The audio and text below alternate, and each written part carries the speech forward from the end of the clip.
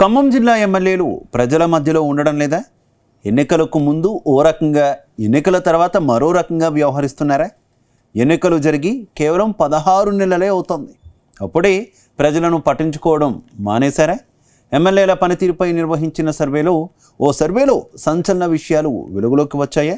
అటు ముగ్గురు మంత్రులు కూడా టాప్ 10లో లేకపోవడం చర్చనీయాంశంగా మారిందే.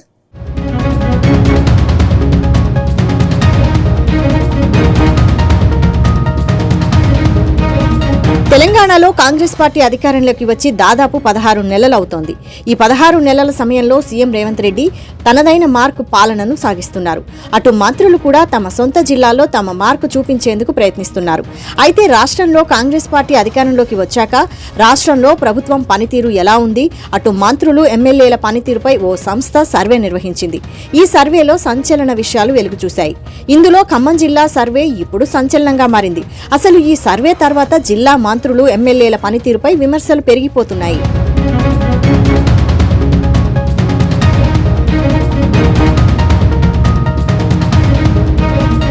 నిజానికి గత అసెంబ్లీ ఎన్నికల్లో కాంగ్రెస్ పార్టీ ఖమ్మం జిల్లాను క్లీన్ స్వీప్ చేసింది.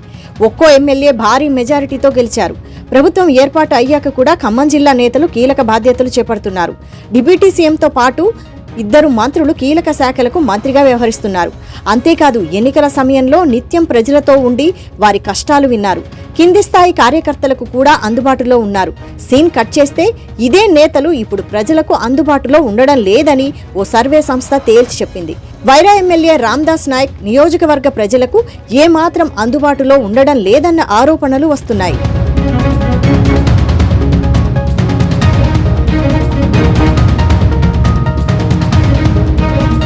అటు సత్తుపల్లి ఎమ్మెల్యే మఠ రాగమయ్య నిత్యం ఏదో ఒక కార్యక్రమం నియోజకవర్గంలో చేస్తున్నా సర్వేలో మాత్రం ఆమె పేరు ప్రస్తావనకే రాలేదు.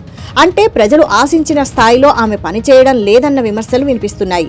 డిప్యూటీ సీఎం భట్టి విక్రమార్క, మంత్రులు పొంగులేటి శ్రీనివాసరెడ్డి, తుమ్మల నాగేశ్వరరావు సైతం నియోజకవర్గ ప్రజలకు అందుబాటులో లేరని సర్వేలో వెల్లడైంది. అయితే నేతల పనితీరుపై సర్వే సంస్థ నియోజకవర్గంలో 500 నుంచి 1000 మంది అభిప్రాయాలు సేకరించినట్లు తెలుస్తోంది.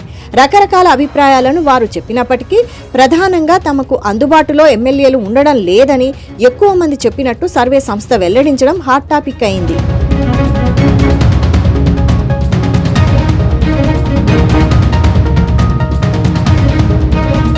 మరోవైపు జిల్లాకు చెందిన 3 మంత్రులు తుమ్మల నాగేశ్వరరావు, పొంగులేటి శ్రీనివాసరెడ్డి, భట్టి విక్రమార్క కూడా నియోజకవర్గంలో పర్యటించడం కొంచెం అరుదుగానే ఉందని తేలింది.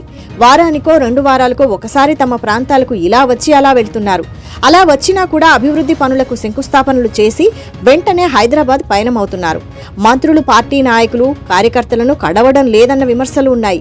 స్థానిక సంస్థల ఎన్నికలు సమీపిస్తున్న తరుణంలో తమ గ్రామాలలో నెలకొన్న సమస్యలను చెప్పుకుందామంటే మంత్రులు సమయం ఇవ్వడం లేదని నాయకులు చర్చించుకుంటున్నారు. అనుకున్న మేరకు ప్రజలకు అభివృద్ధి చేయలేకపోతున్నామన్న ఆవేదన వారిలో కనిపిస్తోంది. అటు ఎన్నికల సమయంలో నిత్యం ప్రజలతో ఉన్న నేతలు ఇప్పుడు ఎందుకు ఇలా మారిపోయారని బహిరంగంగానే మాట్లాడుకుంటున్నారు.